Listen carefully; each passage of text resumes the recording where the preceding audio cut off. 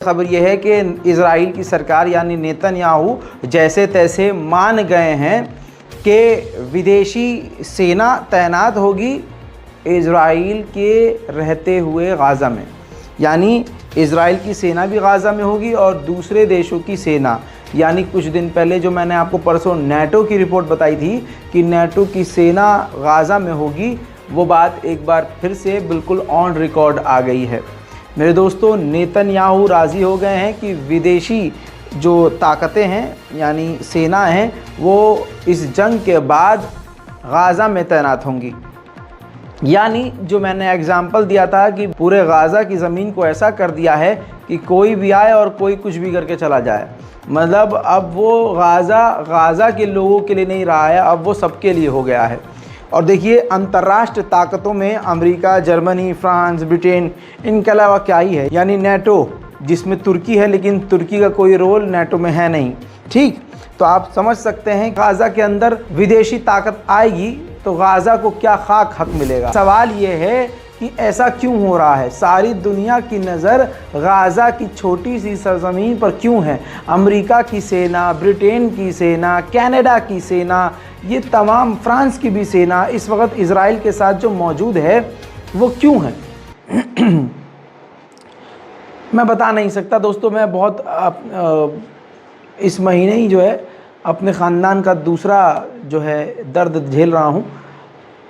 मैंने जैसे अभी अर्ज़ किया था कुछ वक्त पहले कि हमारे चचा का इंतकाल हुआ और कल जो है मेरी खालाजाद बहन का इंतकाल हुआ, तो मेंटली भी डिस्टर्ब हूँ और काफ़ी ज़्यादा घर में हालात जो है आप समझ सकते हैं। लेकिन फिर भी हस्बी अल्लाह व निअमल वकील, गाज़ा के लोगों के हालात देखकर हमारे घर के ख़ानदान के हालात उनसे ज़्यादा बुरे नहीं हैं। वहाँ एक ही झटके में पूरा परिवार ख़त्म हो रहा है, तो जाहिर सी बात है आपके सामने आना ज़रूरी है। बहरहाल दोस्तों, हालात काफ़ी सख्त हैं और इज़राइल ऐसा क्यों कर रहा है, ये सीधी रिपोर्ट आपके सामने। ये अंतर्राष्ट्रीय रिपोर्ट भी है। गाज़ा के इलाके में नेचुरल गैस और ऑयल मिल चुका है। ये पहले इज़राइल ढूंढ रहा था, फिर एहसास हुआ कि हाँ इस जगह पर है, फिर बहुत सारी रिसर्च की गई। अब ये अंतर्राष्ट्रीय मीडिया में मौजूद है कि नेचुरल गैस गाज़ा के पास अच्छी खासी है। गाज़ा के पास उसको निकालने की ताकत तो नहीं है, लेकिन उसके पास कुदरत का दिया बहुत कुछ है।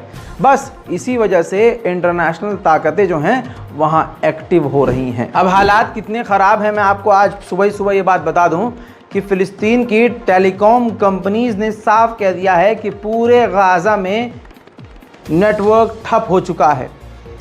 कोई किसी को फ़ोन नहीं कर सकता, टेलीकॉम सिस्टम ठप हो गया है, कोई नेटवर्क नहीं है किसी भी कंपनी का। जो होता है ना, आप सोचते हैं भैया एयरटेल के नहीं आ रहे हैं तो जियो का आ रहा होगा, वहाँ पूरा सिस्टम ठप हो चुका है। दोस्तों, फ्रांस की एक न्यूज़ मीडिया चैनल है AFP, आपने नाम सुना ही होगा। इस पर काफ़ी ज़्यादा प्रेशर है क्योंकि AFP मीडिया फ़िलिस्तीन को, गाज़ा को, इज़राइल को कवर कर रही है और इज़राइल का घिनौना चेहरा दुनिया को दिखा रही है। घिनौना चेहरा क्या, ये समझ लिए जो हो रहा है वो जेन्युइन तरीके से दिखा रहा है AFP मीडिया। इसकी वजह से फ्रांस में पॉलिटिकल दबाव जो है AFP मीडिया पर बहुत ज़्यादा है। अब जानते हैं, मैंने आपसे कहा था कि इस वक्त इस जंग ने एक लाइन खींच दी है।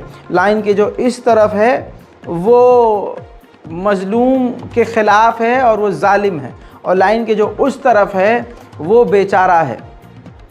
उसके साथ जो खड़ा है वो, जैसे हम आप कुछ नहीं कर सकते। भारत में बोलेंगे फ़िलिस्तीन के लिए, अरे भैया बोलना छोड़ो, दुआ करेंगे तो गिरफ़्तार होंगे। ऐसी बातें चल रही हैं, प्रदर्शन तो करना दूर की बात। तो अचानक से ये जो लाइन खिंची है, सारे कातिल, आतंकवादी मिजाज और गुंडा मिजाज सब एक तरफ हो गए हैं और मज़लूम और सीधे साधे लोग ऑटोमेटिकली एक तरफ हो गए हैं। इसी तरह से फ्रांस के बारे में मैं आपको बता रहा हूँ कि फ्रांस की जो राजनीति है वो खुद एक जालिम है। जितनी पॉलिटिकल पार्टी है, इमैनुअल मैक्रोन भले ही इज़राइल पर भड़के हों, लेकिन वहाँ जो पार्लियामेंट है, पूरी जो संसद है, वो पूरी तरह से अपनी ही मीडिया AFP से नाराज़ है और प्रेशर बना रही है कि आप फ़िलिस्तीन को कवर मत करिए। यह आपके लिए छोटी बात है, लेकिन सोच के देखिए।